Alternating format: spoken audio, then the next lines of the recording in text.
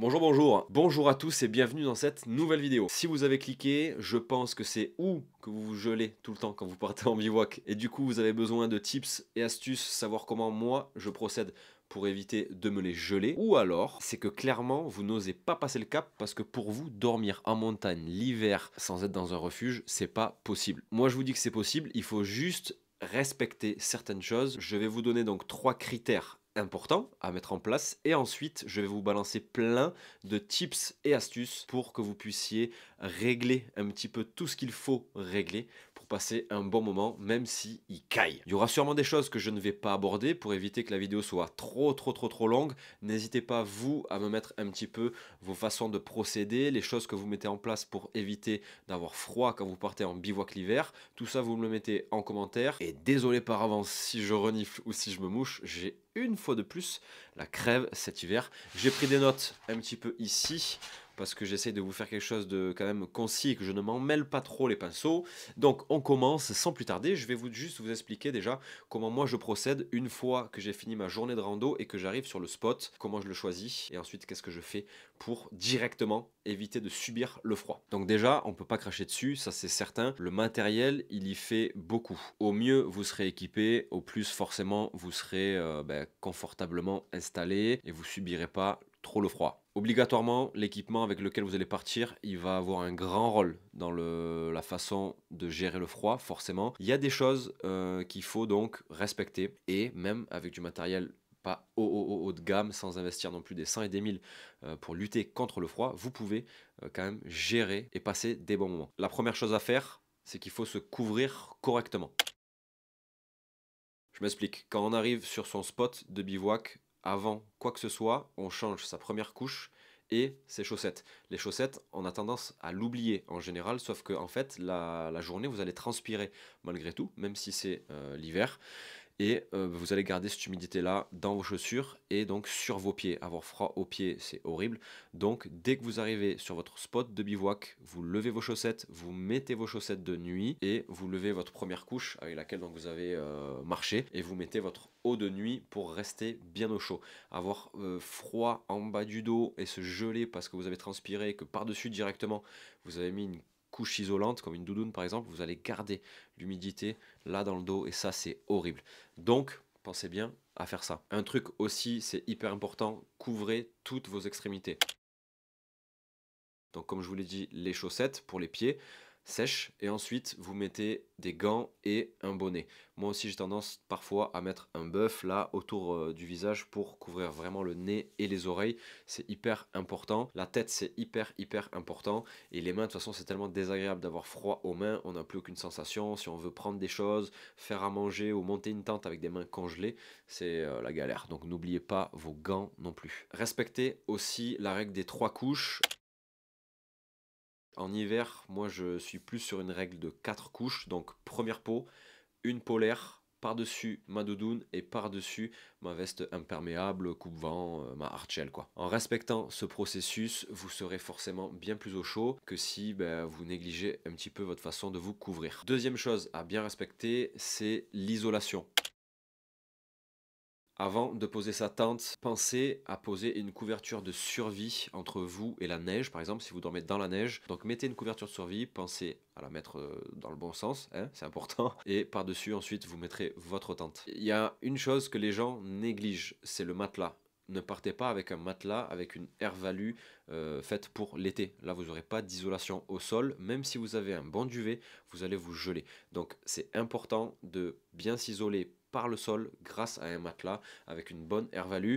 Par exemple, un matelas du style Thermarest X-Lite. C'est fait pour du 3 saisons, voire 4 saisons presque. Pour moi, je considère qu'un matelas qui a une airvalue supérieure à 4,2, 4,5, vous pouvez l'utiliser sur du 4 saisons. Je vous donnerai après des petits tips et astuces pour compléter tout ça. Une chose aussi que j'ai remarqué au fur et à mesure des années, il ne faut pas non plus négliger le sac de couchage. Et là, il y a une chose qui pêche beaucoup que je trouve, je reçois des messages très souvent de personnes m'envoyant un sac de couchage par exemple, regarde j'aimerais bien prendre celui-ci, qu'est-ce que tu en penses, je peux dormir jusqu'à -20 avec. Ne vous trompez surtout pas entre la température de confort d'un sac de couchage, la température limite confort et la température extrême. La température de confort, c'est la température à laquelle vous serez au chaud dans votre sac de couchage. Donc par exemple, si vous avez un sac de couchage confort 0, à 0 degré, vous serez bien. Limite confort, moins 5. À moins 5 degrés, vous aurez frais, voire froid. Et par exemple, à moins 10 ou moins 15, bah, vous crevez, tout simplement. Voilà. Il y a aussi des marques qui annoncent. Pardon, j'ai le nez, il est plein. Il y a aussi des marques qui annoncent, par exemple, comme chez Thermarest, moi j'ai un kilt de chez Thermarest, le Vesper, c'est le 30F 0 degré. C'est pas un 0 degré confort, c'est un 5 degré confort. Certaines marques utilisent la température limite confort.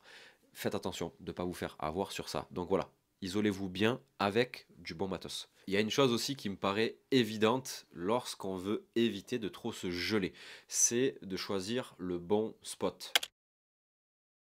En choisissant le bon spot, vous allez sûrement éviter de vous geler toute la soirée, toute la nuit. Vous allez même pouvoir essayer de grappiller un petit peu des degrés pour éviter de vous taper par exemple moins 10, moins 12, moins 15. Tout dépend où vous vous placez.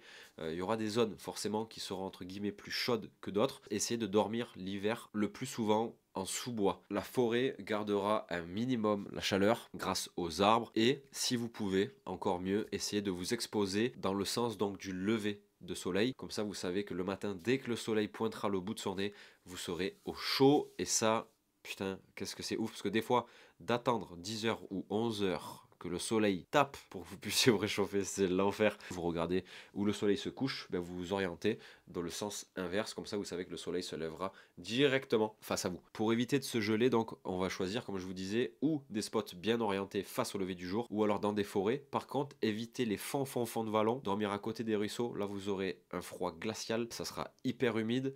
À l'inverse, évitez de dormir non plus tout en haut. Ça se peut des fois hein, de dormir, on en voit plein de photos comme ça sur Insta, des gens qui dorment à 3000 mètres, à la belle étoile, sur un sommet. Ça se fait, faut avoir de l'expérience, faut être bien équipé et faut avoir une bonne paire de baloches. Évitez de dormir sur des crêtes, sur des cols, il y aura toujours du vent, il y aura des congères, ça sera pas agréable, vous pourrez pas faire de feu, etc. Enfin bref, c'est compliqué. Donc on en vient au feu justement, si vous pouvez vous installer dans une zone où vous pouvez faire un petit feu de camp, comme ça vous mettez les tentes autour, au milieu de ça vous avez votre feu de camp, ça réchauffe, c'est convivial, c'est cool d'avoir un feu de camp pour l'hiver et aussi ça occupe, ça fait travailler un petit peu, on va couper du bois, etc. Donc ça garde le corps un petit peu en éveil. Par contre, attention pour les feux, surtout s'il vous plaît, ne faites pas n'importe quoi avec ça. On ne part jamais sans qu'un feu soit totalement éteint. On n'allume pas un feu n'importe comment, on ne fait pas de feu dans des zones naturelles, dans des parcs nationaux, etc. Attention, c'est important, j'ai aussi mon rôle hein, là-dedans. Moi je vous donne des conseils pour ne pas avoir froid, mais je vous dis pas de faire de la merde. Voilà, attention. Ça, c'était un petit peu comment moi je procède déjà d'entrée quand j'arrive sur le camp. Et ensuite, maintenant, je vous donne un petit peu tous mes tips et astuces que je mets en place très régulièrement pour éviter d'avoir trop froid et donc de passer un moment agréable. Alors, premier tips, première astuce, ça c'est une chose que je mets en place depuis quelques années mais je faisais pas au début et je me suis dit merde ça marche, c'est trop cool, faut que je vous en parle. Pour les personnes qui ont froid aux pieds, même si vous avez... je suis pas très souple, vous faites juste ça là, vous prenez votre bout de chaussette et vous la remontez, putain j'ai des poils de Nao partout, ah la crampe, pour faire une sorte de poche d'air. N'oubliez pas, et ça je vais vous le répéter plusieurs fois, l'air c'est votre meilleur allié contre le froid. Donc de créer ici une poche d'air au bout de votre pied, dans votre chaussette, ça va vous réchauffer un peu mieux le bout des pieds. Allez, un truc classique mais qui est bon à savoir pour les personnes qui ne le savent pas encore. Si vous voulez augmenter un petit peu la chaleur dans votre sac de couchage, avant de vous coucher, faites bouillir de l'eau, vous la mettez dans une gourde et vous placez la gourde contre vous dans votre sac de couchage. Attention, c'est hyper risqué de foutre de l'eau dans son sac de couchage, il faut surtout pas que la gourde s'ouvre. Serrez-la bien comme il faut, fermez-la correctement et pour vraiment, si vous vous caillez vraiment, pour augmenter un petit peu cet effet-là de chaleur grâce à la gourde remplie d'eau bouillante, vous la collez contre votre artère fémorale là, entre les jambes, ça permettra de vous réchauffer plus rapidement. Donc troisième astuce, on en a parlé tout à l'heure du sac de couchage. Il y a beaucoup de personnes qui se disent je le sors tout à la fin parce que pour l'instant je vais pas aller me coucher. C'est l'inverse qu'il faut faire. Dès que vous arrivez sur le camp, vous installez votre couverture de survie, ensuite votre tente, ensuite votre matelas et direct vous ouvrez votre sac de couchage et vous le posez sur votre matelas. Comme ça va le permettre de reprendre bien comme il faut son gonflant. Et c'est l'air qui est à l'intérieur de votre sac de couchage et entre vous et votre sac de couchage qui va permettre donc de bien vous isoler. Laissez-le reprendre bien comme il faut son gonflant et quand vous rentrerez dedans, vous verrez, ça sera plus agréable. Astuce numéro 4, on en parlait tout à l'heure des matelas. Si vous voulez accroître l'isolation entre vous et le sol, vous pouvez avoir un matelas, pour les personnes qui veulent pas trop investir dans des matelas à 200-250 euros. Vous pouvez partir sur un matelas avec une R-value de 2,5, 3, pourquoi pas. Comme ça, vous savez que vous pouvez faire du 4 saisons avec. Et vous investissez à côté de ça dans un matelas en mousse. Vous savez, les matelas un peu accordéon. Comme là, j'en ai un, là, je sais pas s'il sera à l'écran, on le voit pas. Pas du tout, putain de merde. Je vous le montre là, je vous mets un insert. Donc il y a des matelas comme ça qui existent, par exemple chez Thermarest, le Z-Lite ou alors le Switchback de chez Nemo par exemple. Ça c'est des matelas qu'on va mettre sous notre matelas gonflable. Ça fera donc une épaisseur supplémentaire et une isolation supplémentaire. Vous pouvez monter à 4, 5 voire 5 d'isolation, presque, pourquoi pas, en fonction de vos matelas, hein. Il y a moyen de faire même des économies. Un matelas gonflable d'une bonne marque sans une énorme isolation, vous en avez à peu près pour 100-130 balles, plus 40 euros à peu près un matelas accordéon comme ça en mousse, on est en dessous de 200 balles. Et un matelas 4 saisons avec une grosse air-value, on est à plus de 200 euros, ça c'est sûr. Et du coup forcément c'est lourd pour partir en été, c'est pas forcément utile. Donc voilà, moi je pense que c'est aussi une bonne façon de voir le truc.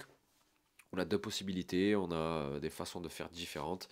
On peut prendre que son matelas gonflable pour partir l'été, plus le matelas en mousse pour partir l'hiver. Vous pouvez même partir qu'avec votre matelas en mousse, tout dépend. Enfin bref, faites un petit peu ce que vous voulez. Mais je trouve ça polyvalent et intéressant. Cinquième astuce, n'oubliez pas que l'abri dans lequel vous allez dormir, c'est ce qui va servir donc de maison. Ça sera votre chambre. Moi, j'ai l'habitude de partir avec des tentes monoparois et l'hiver, du coup, je pars avec des tentes monoparois. J'ai des tentes en test double paroi et certaines 4 saisons. Je vois la différence, c'est quand même marquant. Je dis pas que la différence est non plus incroyable entre une tente monoparoi et une tente double paroi, voire 4 saisons, mais on ressent quand même une certaine différence de température. Je dis pas que vous allez gagner 10 degrés entre une tente mono et une tente double, mais 2 degrés, je pense que c'est correct. Donc privilégiez les tentes double paroi, voire 4 saisons. Sixième astuce, avant d'aller vous coucher, c'est important d'aller uriner parce que déjà vous allez vous réveiller en pleine nuit parce que vous aurez envie de pisser. Et deuxièmement, quand on a la vessie pleine, le corps il a besoin de calories à bloc pour garder donc votre urine à la température du corps et du coup ça vous demande beaucoup d'énergie, vous allez dépenser beaucoup d'énergie, donc faites un petit tour derrière un petit tronc d'arbre avant d'aller vous coucher, ça vous permettra de mieux dormir et de rester plus au chaud. Astuce suivante, ça me paraît logique mais je sais qu'il y a des personnes quand il fait froid ou qu'il fait déjà nuit et qu'ils ont la flemme de se faire à bouffer ou ils mangent quelques barres ou des choses comme ça, pensez que au plus vous allez manger un repas chaud et consistant, au plus votre corps aura des calories et au plus vous allez vous plâtrer bien comme il faut le ventre. Et ça réchauffe. Mangez un bon gros lyophilisé double portion avant d'aller vous coucher. Vous verrez que oui, ça réchauffe vraiment. Et dernière petite astuce, parce que ça... c'est des choses qu'on oublie et en général on fait souvent l'inverse parce que justement on veut rester bien cloîtré tout en mitouflé. N'oubliez pas que une tente a besoin de ventiler. Si vous restez dans un cocon totalement hermétique, forcément la chaleur que vous allez dégager donc avec votre respiration, elle va se coller sur les parois, elle va retomber sur votre duvet. Votre tente en fait à l'intérieur, ça va être une sorte de entre guillemets petit sauna par rapport à l'extérieur. Et du coup, si vraiment il fait froid, ça se peut, ça m'est déjà arrivé que l'intérieur de votre tente gèle. Et quand vous avez votre sac de couchage qui gèle et votre tente qui gèle, c'est un peu compliqué de passer une bonne nuit. Donc pensez à toujours laisser une voire deux petites aérations pour qu'il y ait de l'air qui circule dans votre tente, même si c'est très compliqué de ne pas avoir de condensation. Voilà, je crois qu'on a fait le tour de tous ces petits tips, ces astuces, de tout ce que moi je connais. J'ai sûrement oublié des choses, hein. Ça arrive à tout le monde. Donc c'est justement là que vous rentrez en scène. Vous mettez en commentaire toutes les choses que vous faites. Ah, une autre astuce que j'ai oublié. Vite. Après, je vous laisse. Je me suis rendu compte au fil du temps que je suis toujours parti avec des grosses gants d'hiver.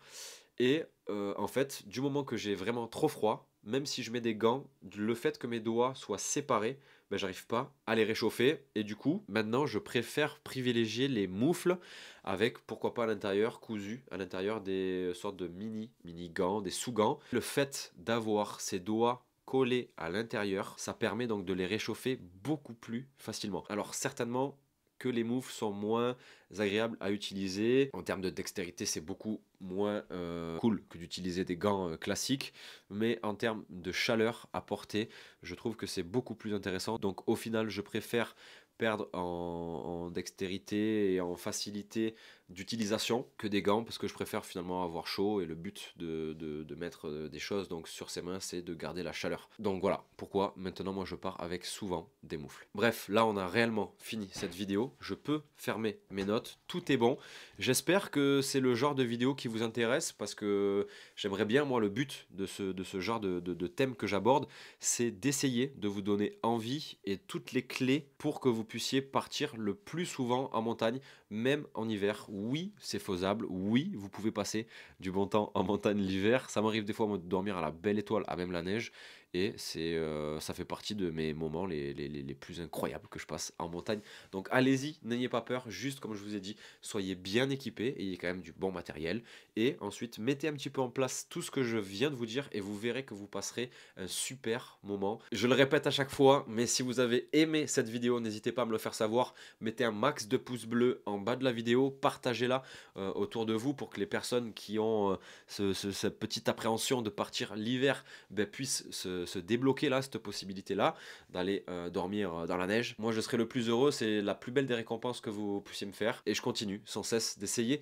de bosser au mieux pour vous satisfaire à tous et de continuer, moi, à kiffer, vous proposer donc du contenu. J'espère que vous le ressentez à chaque fois dans chacune de mes vidéos. Je vais vous laisser sur ça, comme d'habitude, pas trop de folie. Que Dieu vous l'agrandisse, la vie, bien évidemment. Comme dirait mon papy Yves, hasta la cuarta et merci, au revoir.